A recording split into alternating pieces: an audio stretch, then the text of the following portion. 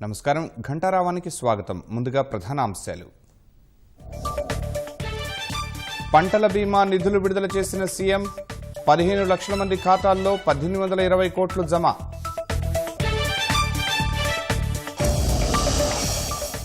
సీలేరు నదిలో గల్లంతైన వారి కోసం గాలింపు. 2 చిన్నారుల మృతదేహాలు వెలికితీత.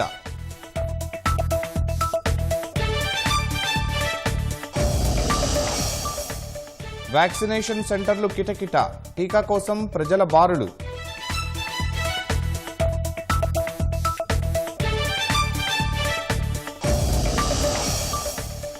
దేశంలో మరింత తగ్గిన వైరస్ ప్రభావం. కొత్తగా 196,000 మందికి పాజిటివ్.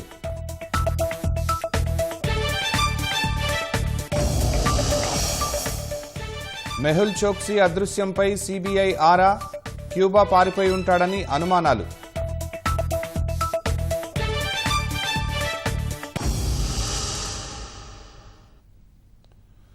రైతు బాగుంటేనే రాష్ట్రం బాగుపడుతుందని అన్నదాతలను ఆదుకునేందుకే ఉచిత పంటల బీమా నిధులు విడుదల చేస్తున్నట్లు సీఎం జగన్ తెలిపారు. వైఎస్ఆర్ పంటల బీమా చెల్లింపు కార్యక్రమంపై కలెక్టర్లు, లబ్ధిదారులతో ముఖ్యమంత్రి వీడియో కాన్ఫరెన్స్ నిర్వహించారు. ఖరీఫ్ 2020 సీజన్ పంటల బీమాకు సంబంధించి 1820 కోట్ల రూపాయలను ఆయన జమ చేశారు. ఈ పథకం ద్వారా 15 లక్షల మందికి పైగా రైతులకు లబ్ధి చేకూరనున్నట్లు తెలిపారు. ఈ నెలలోనే రైతుల కోసమే మొన్న రైతు భరోసాగా దాదాపుగా 3,900 కోట్ల రూపాయలు దేవుడి దయతో ఇవ్వగలిగితే ఈరోజు ఇదే నెలలోనే మళ్ళీ 15,15,000 మంది రైతులకు మంచి జరిగేలా ఈరోజు మరో 1820 కోట్ల రూపాయలు ఇవ్వగలుగుతా ఉన్నాం. అంటే దాదాపుగా 5,800 కోట్లు, 5,600 కోట్లు పుట్టి ఈ నెలలోనే రైతుల కోసం మంచి చేసే అవకాశం దేవుడు నాకు ఇచ్చాడు. మన దేశం తీసుకున్నా, మన రాష్ట్రం తీసుకున్నా కూడా మన రాష్ట్రంలో అయితే దాదాపుగా 62% ప్రజలు వ్యవసాయము దాని అనుబంధ రంగాల్లోనే వాళ్ళ జీవనం సాగిస్తూ ఉన్నారు. ఇటువంటి పరిస్థితుల్లో రైతు బాగుంటేనే, రైతు కూలీ బాగుంటేనే రాష్ట్రం కూడా బాగుంటుందని చెప్పి గట్టిగా నమ్మి వీరి బాగోగుల కోసం అడుగులు గట్టిగా వేయగలిగాం. కొన్ని సందర్భాలలో భారీ వర్షాలు, తుఫాన్లు, చీడపీడలు కారణాలు ఏమైనా కూడా దాదాపుగా నష్టపోయిన రైతులు 15,15,000 మంది రైతులు నష్టపోతే వారందరికీ కూడా మంచి చేస్తూ ఈరోజు 1820 కోట్ల రూపాయలు వైఎస్ఆర్ ఉచిత పంటల బీమా పరిహారంగా ఈరోజు నేరుగా రైతన్నల ఖాతాల్లోకి నేరుగా జమ అవుతా ఉంది. పంజాబ్ బర్నాలా జిల్లాలోని సాధు మండిలో ఓ ఎద్దు బీభత్సం సృష్టించింది. సైకిల్పై రోడ్డుకు అటుగా వెళుతున్న ఓ వృద్ధుడిని కొమ్ములతో ఎత్తిపడేసింది. ఈ ఘటనలో ఆ వృద్ధుడు అక్కడికక్కడే మరణించాడు. ఈ వీడియో సామాజిక మాధ్యమాల్లో వైరల్గా మారింది.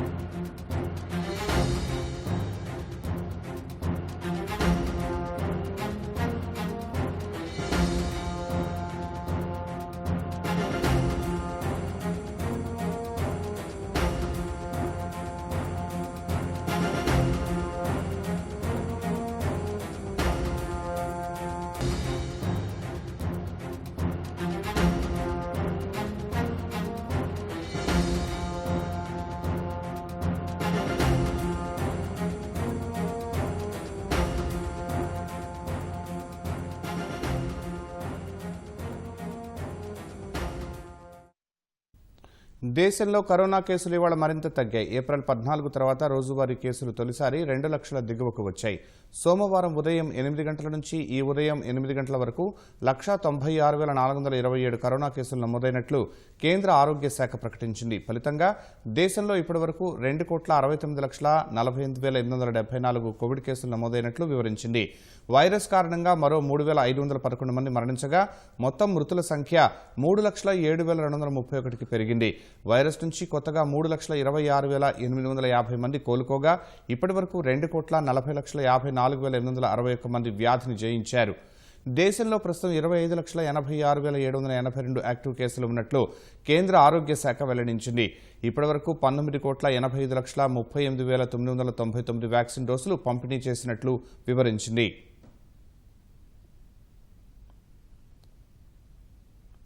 కరోనా చికిత్సకు ఉపయోగించే యాంటీబాడీ కాక్టైల్ ఔషధాన్ని భారత్లో అందుబాటులోకి తెచ్చినట్లు రోష్ ఇండియా, సిప్లా లిమిటెడ్ ప్రకటించాయి. ఒక మోస్తరు నుంచి మధ్యస్థాయి కోవిడ్-19తో బాధపడుతూ వ్యాధి ముదిరే ప్రమాదం ఉన్న వారికి ఈ ఔషధాన్ని వినియోగించవచ్చని సంస్థల ప్రతినిధులు ప్రకటించారు. ఫలితంగా వారికి ప్రాణాపాయం గణనీయంగా తగ్గుతుందని వివరించారు. రోష్కు చెందిన ఈ ఔషధాన్ని సిప్లా పంపిణీ చేస్తోంది. క్యాసరివిమాబ్, ఇండెవిమాబ్ అనే ఔషధాల మిశ్రమమైన ఈ యాంటీబాడీ కాక్టైల్ను 2 లక్షల మందికి ఉపయోగపడే విధంగా 1,00,000 ప్యాకెట్లను వచ్చే నెల 2వ వారం నాటికి అందుబాటులోకి తీసుకురానున్నట్లు రోష్ ఇండియా, సిప్లా లిమిటెడ్ వెల్లడించాయి. ఒక ప్యాకెట్తో ఇద్దరికి చికిత్స చేయవచ్చని తెలిపాయి. ప్యాకెట్ ధర 1,19,500 కాగా ఒక్కో రోగికి ఇచ్చే డోసుకు 59,750 అవుతుందని వివరించాయి. ఆసుపత్రులు, కోవిడ్-19 చికిత్సా కేంద్రాల్లో ఈ ఔషధం లభిస్తుందని సిప్లా పేర్కొంది. కోవిడ్ ముప్పు అధికంగా ఉన్న రోగులకు మేలు జరుగుతుందని Roche India CEO Simpson Emmanuel పేర్కొన్నారు. తమకు ఉన్న మార్కెటింగ్, పంపిణీ సామర్థ్యంతో దేశవ్యాప్తంగా ఈ ఔషధాన్ని అందుబాటులోకి తెస్తామని సిప్లా ఎండీ ఉమంగ్ ఓహ్రా వివరించారు.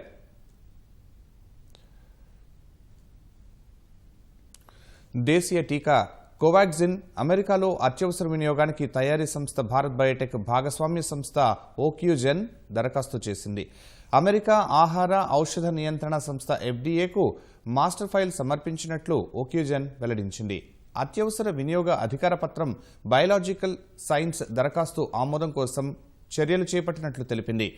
ప్రస్తుతం కోవాక్సిన్ క్లినికల్ రెగ్యులేటరీ ప్రక్రియను మదింపు చేస్తున్నట్లు పేర్కొంది.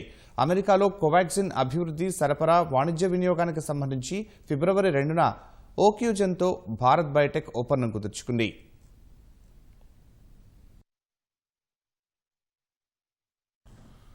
సినీ నటుడు జూనియర్ ఎన్టీఆర్ కరోనా నుంచి కోలుకున్నారు. కోవిడ్ నెగటివ్ వచ్చినట్లు ట్విట్టర్ ద్వారా తెలిపారు. తన ఆరోగ్యం కోసం ప్రార్థించిన అభిమానులకు ప్రత్యేక కృతజ్ఞతలు తెలిపారు. కరోనా బారిన పడిన తనను ఎప్పటికప్పుడు పర్యవేక్షిస్తూ చికిత్స అందించిన కిమ్స్ వైద్యులకు తారక్ ధన్యవాదాలు తెలిపారు. కరోనా వైరస్ పట్ల అప్రమత్తత లేకపోతే చాలా ప్రమాదకరమని పేర్కొన్న ఎన్టీఆర్ సరైన జాగ్రత్తలు పాటిస్తూ చికిత్స తీసుకుంటే త్వరగా వైరస్ బారి నుంచి బయటపడవచ్చని తెలిపారు. కరోనాపై యుద్ధంలో ఆత్మస్థైర్యమే సరైన ఆయుధమని సూచించిన తారక్ ఈ మహమ్మారిపై ఆందోళన చెందకుండా ధైర్యంగా ఉండాలని ప్రజలు, అభిమానులను కోరారు. తప్పనిసరిగా మాస్క్ ధరించాలని, సాధ్యమైనంత వరకు ఇళ్ల నుంచి బయటకు రావద్దని విజ్ఞప్తి చేశారు. ఈ నెల 10న కరోనా బారిన పడిన జూనియర్ ఎన్టీఆర్ కుటుంబమంతా ఐసోలేషన్లో ఉండి 15 రోజుల తర్వాత పూర్తిగా కోలుకున్నారు.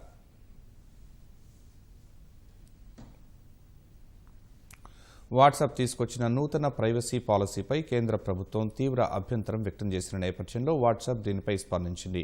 వినియోగదారుల భద్రతకే తాము మొదటి ప్రాధాన్యమిస్తామని ఓ ప్రకటనలో తెలిపింది.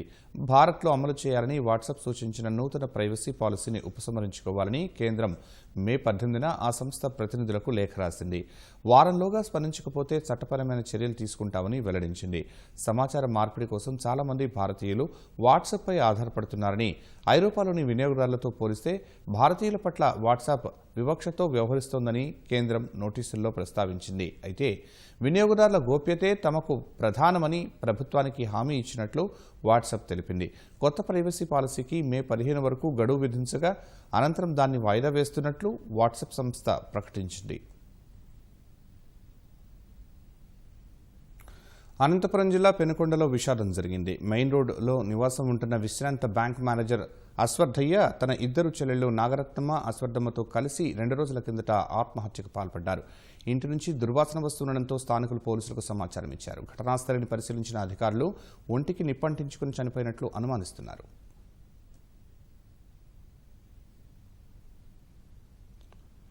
చిత్తూరు జిల్లా రామచంద్రాపురం మండలం సి రామాపురంలో విషాదం నెలకొంది. అన్నస్వామి గండి చెరువు క్వారీ గుంతలో 3 మృతదేహాలను స్థానికులు గుర్తించారు. చెరువులో తేలుతున్న ఓ మహిళ, 2 చిన్నారుల మృతదేహాలను గుర్తించిన స్థానికులు పోలీసులకు సమాచారం అందించారు. ఘటనాస్థలి సమీపంలో ద్విచక్ర వాహనం ఉండటంతో మృతులకు ఆ వాహనానికి సంబంధం ఉందా అన్న కోణంలో పోలీసులు ఆరా తీస్తున్నారు. మృతులు పెనుమూరు మండలం గుండ్యానంపల్లె వాసులుగా పోలీసులు గుర్తించారు. ఇప్పుడు ఈ ఇల్లు కొన్ని బండి నెంబర్ కూడా అడ్రస్ వచ్చేస్తుంది కదా వస్తుంది. దాన్ని బట్టి వాళ్ళు కూడా ఎంప్లాయ్ చేస్తారు. సార్ వస్తున్నారంటున్నా. విశాఖ సీలేరు నదిలో 2 నాటు పడవలు మునిగిన ఘటనలో మరో చిన్నారి మృతదేహం లభించింది. సోమవారం అర్ధరాత్రి సీలేరు చేరుకున్న 11 మంది ఒడిశా వలస కూలీలు నాటు పడవల మీద స్వగ్రామం వెళ్లేందుకు ప్రయత్నించగా 2 పడవలు నీట మునిగి ప్రమాదం జరిగింది. ఘటనలో 2 చిన్నారులు మృతి చెందగా మరో 3 సురక్షితంగా ఒడ్డుకు చేరుకున్నారు. గల్లంతైన మరో 6 కోసం గాలింపు చర్యలు చేపట్టారు.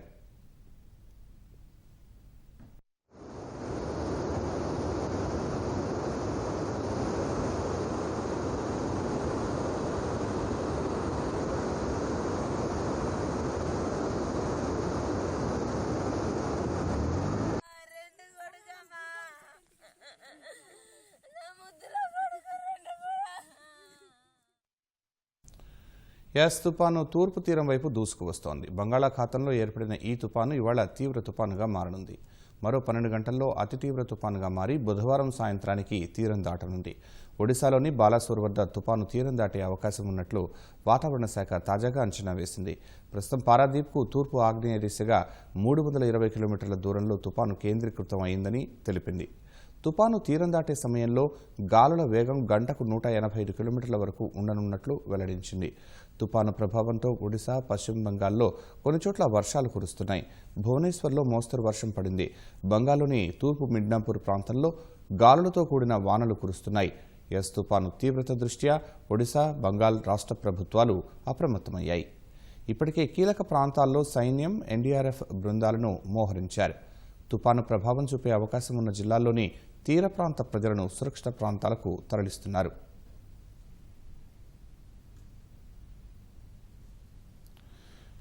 ఇటీవలి తౌక్టే తుపాను సమయంలో గుజరాత్లోని అమ్రేలీలో సముద్రంలో చిక్కుకున్న మత్స్యకారులను రక్షించేందుకు తీర ప్రాంత రక్షణ దళం పెద్ద సాహసమే చేసింది. గంటకు 145 నుంచి 180 కిలోమీటర్ల వేగంతో వీచే భీకర గాలుల మధ్య నడి సముద్రంలో అత్యంత సాహసంతో 22 మందిని కాపాడింది. దీనికి సంబంధించిన ఓ వీడియో ఇప్పుడు బయటకు వచ్చింది. ప్రతికూల వాతావరణాన్ని సైతం తట్టుకుని తీర ప్రాంత రక్షక దళం నౌకలోని వారిని రక్షించింది.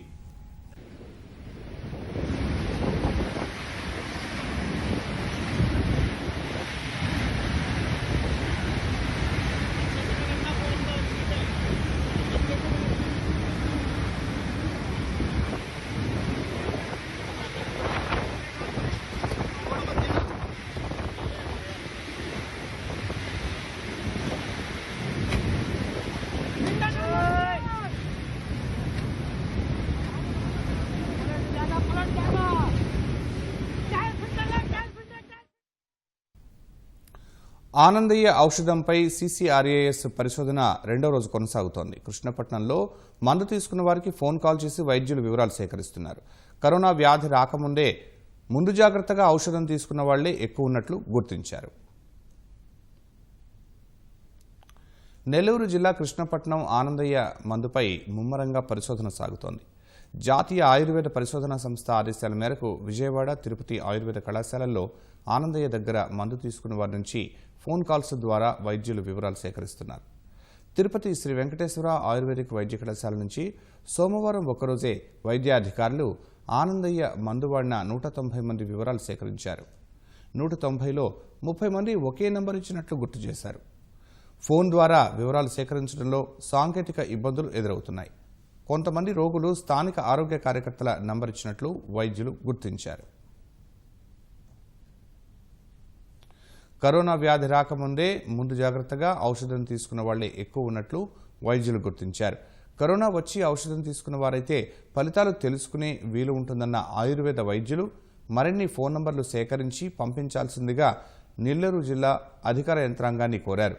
కరోనా వచ్చి మందు తీసుకున్న కనీసం 500 మందిని విశ్లేషిస్తేనే మందు ప్రభావంపై ప్రాథమిక నిర్ధారణకు రాగలమని వైద్యులు స్పష్టం చేస్తున్నారు. యుద్ధ ప్రాతిపదికన ఇవాళ అభిప్రాయ సేకరణ కార్యక్రమాన్ని పూర్తి చేయాలని ఆయుర్వేద వైద్యులు భావిస్తున్నారు.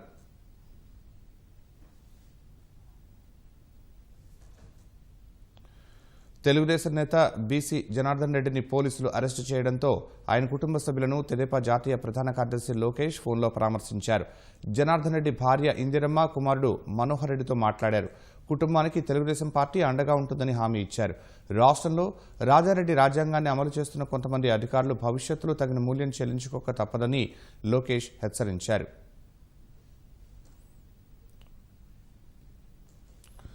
రాష్ట్రంలో వ్యాక్సినేషన్ కేంద్రాల వద్ద రద్దీ కొనసాగుతోంది. కృష్ణా జిల్లా వీరులపాడు మండలం అల్లూరు జిల్లా పరిషత్ హైస్కూల్లో వ్యాక్సిన్ కోసం జనం బారులు తీరారు. భౌతిక దూరం పాటించకుండా క్యూల్లో వేచి చూస్తున్నారు. అధికారులు సరైన ఏర్పాట్లు చేయలేదంటూ వ్యాక్సినేషన్ కోసం వచ్చిన వారు ఆగ్రహం వ్యక్తం చేస్తున్నారు.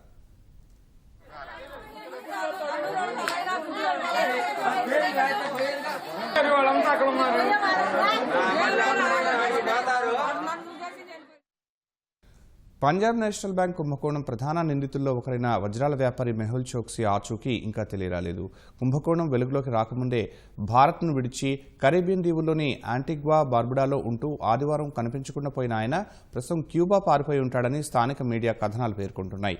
చోక్సీని భారత్కు అప్పగించే విషయమై యాంటిగ్వా ప్రభుత్వంపై ఒత్తిడి పెరుగుతున్న నేపథ్యంలో అతడు దేశం విడిచి పారిపోయి ఉండొచ్చని తెలుస్తోంది.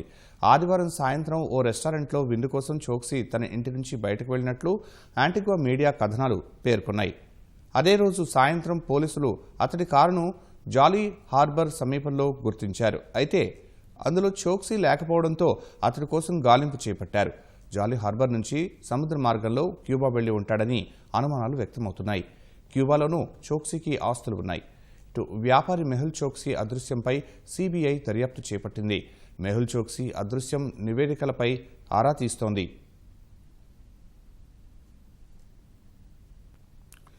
కేంద్ర దర్యాప్తు సంస్థ సిబిఐ డైరెక్టర్గా ఎంపిక చేసిన 3 సీనియర్ అధికారుల తుది జాబితాలో ఏపీ క్యాడర్ ఐపీఎస్ అధికారి విఎస్కే కౌముదికి చోటు లభించింది.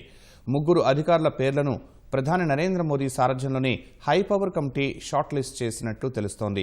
సిబిఐ తదుపరి బాస్ను ఎంపిక కోసం ప్రధాని మోదీ నివాసంలో జరిగిన హైపవర్ కమిటీ భేటీలో సుప్రీంకోర్టు ప్రధాన న్యాయమూర్తి జస్టిస్ ఎన్వి రమణ, లోక్సభలో కాంగ్రెస్ సభాపక్ష నేత అధీర్ రంజన్ చౌదరి పాల్గొన్నారు. సిబిఐ డైరెక్టర్ పదవికి 1984-87 బ్యాచ్లకు చెందిన 100 మందికి పైగా అధికారుల పేర్లను పరిగణలోకి తీసుకున్న కమిటీ దాదాపు 90 నిమిషాల పాటు చర్చించి 3 అధికారుల పేర్లను షార్ట్లిస్ట్ చేసినట్టు సమాచారం. సిఐఎస్ఎఫ్ డీజీ సుబోధ్ కుమార్ జైస్వాల్, సశస్త్ర సీమా బల్ డీజీ కుమార్ రాజేష్ చంద్ర, కేంద్ర హోంమంత్రిత్వ శాఖ ప్రత్యేక కార్యదర్శి విఎస్కే కౌముది పేర్లతో షార్ట్ లిస్ట్ తయారు చేసినట్లు తెలుస్తోంది. వారితో పాటు ఉత్తరప్రదేశ్ డీజీపీ హెచ్సి అవస్థీ పేరు కూడా పరిశీలనలో ఉన్నట్లు అధికార వర్గాలు తెలిపాయి. ఫిబ్రవరిలోని సిబిఐ డైరెక్టర్ ఆర్కే శుక్లా పదవీ విరమణ చేయగా తాత్కాలిక డైరెక్టర్గా ప్రవీణ్ సిన్హా కొనసాగుతున్నారు. 4 నెలల ముందుగానే హైపవర్ కమిటీ సమావేశమై సిబిఐ కొత్త చీఫ్ను ఎంపిక చేయాల్సి ఉన్నప్పటికీ ఆలస్యమైంది.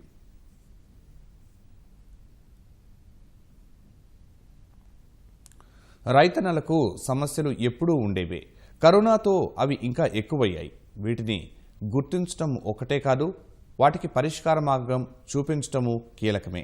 ఈ క్రమంలోనే Indian council of agriculture research ICAR పలు సూచనలు చేసింది. కరోనా కష్టకాలాన్ని ఎలా దాటాలో వివరించింది. ఇదే సమయంలో రైతులు క్షేత్రస్థాయిలో ఎదుర్కొంటున్న సమస్యల పరిష్కారానికి ప్రభుత్వాలు ముందుకు రావాలని తెలిపింది. ఈ సంస్థ ఒకటే కాదు, వ్యవసాయ రంగ నిపుణులు, పాలనా యంత్రాంగాలకు పలు సూచనలు చేస్తున్నారు. పంట చేతికొచ్చినప్పటి నుంచి మార్కెటింగ్ వరకు ఏ చర్యలతో రైతులకు గిట్టుబాటు అవుతుందో వివరిస్తున్నారు.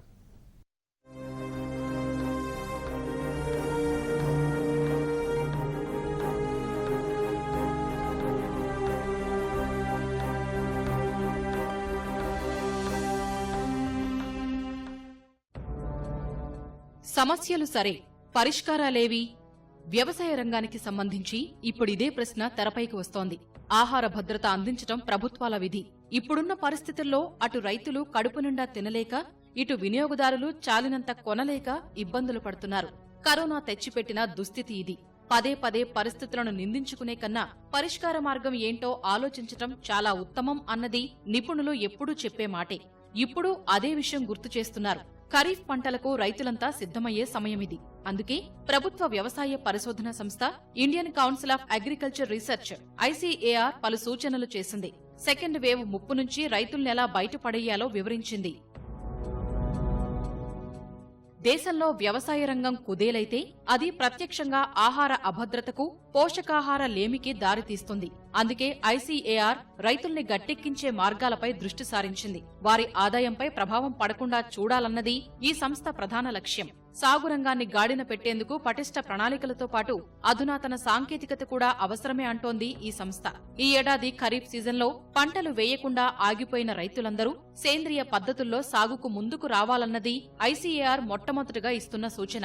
ఈ శాస్త్రీయ విధానంలో పెట్టుబడి ఖర్చులు తక్కువ ఉంటాయి. ఇందులో వాడే ఎరువులన్నీ రైతులు భరించగలిగే ధరల్లోనే లభిస్తాయి. తద్వారా ఓ పంటకు సంబంధించిన పెట్టుబడి ఖర్చులు తగ్గుతాయి. లేని వనరుల గురించి ఆలోచిస్తూ సాగు మానేయటం కన్నా ఉన్న వనరుల్నే ఎంత సమర్థంగా వినియోగించుకోవచ్చో పరిశీలించాలని సూచిస్తోంది ఈ సంస్థ. సేంద్రియ విధానంలో వ్యవసాయ ఖర్చులు తగ్గటం వల్ల వచ్చిన దిగుబడులు విక్రయిస్తే చాలా వరకు లాభాలు పొందొచ్చు అని అభిప్రాయపడుతోంది ఐసీఏఆర్. కేవలం ఆహార పంట రైతులకే కాకుండా పాడి రైతులతో సహా పౌల్ట్రీ నిర్వాహకులు, చేపల పెంపకం చేపట్టేవారికి సలహాలు ఇచ్చేందుకు ఓ ప్రణాళికను సిద్ధం చేయనుంది ఐసీఏఆర్. రాష్ట్రాల వారీగా స్థానిక భాషల్లో వీటిని తర్జుమా చేసి రైతులకి వివరించాలని చెబుతోంది. గతేడాది పలు ప్రభుత్వాలు సాగు రంగానికి ఎలాంటి ఇబ్బందులు రాకుండా విధానపరమైన నిర్ణయాలు తీసుకున్నాయి. రైతులకు అన్ని విధాల ఎరువులు, పంట కోతల యంత్రాలు అందుబాటులో ఉండేలా చూడటం, వలసల కారణంగా కూలీల కొరత లేకుండా మద్దతు ఇవ్వటం, మార్కెటింగ్ సమస్యలు తీర్చటం లాంటి చర్యలతో సత్ఫలితాలే వచ్చాయి. ఈసారి అదే స్థాయిలో ప్రభుత్వాలు చొరవ చూపితే రైతులకు గిట్టుబాటు అవుతుందన్నది ఐసీఏఆర్ చెబుతున్న మాట.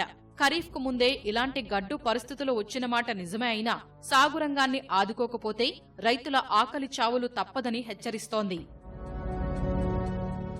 పెద్ద మొత్తంలో వ్యవసాయ ఉత్పత్తులు సమీకరించేందుకు వీలవుతోంది. నిత్యావసర సవరణ చట్టంలో కేంద్రం ప్రధానంగా పేర్కొన్న అంశమిదే. కానీ ఆ సమీకరణ ప్రక్రియ ఎంత మందకొడిగా సాగుతోందో తెలియంది కాదు.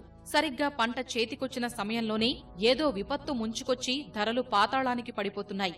ఈ రైతుల నుంచి తక్కువ ధరలకే కొనుగోలు చేస్తున్న వ్యాపారులు వాటిని సరైన సౌకర్యాలతో నిల్వ ఉంచుకుని గిరాకీకి తగ్గట్టుగా మార్కెటింగ్ చేసుకుంటున్నారు. కరోనా పేరు చెప్పుకుని వీళ్లంతా ధరలు ఎంత పెంచుతున్నారో మన నెలవారీ సరుకుల బిల్లులే స్పష్టంగా చెప్తున్నాయి. వారాల తేడాతోనే అనూహ్యంగా పెరుగుతున్నాయి ధరలు.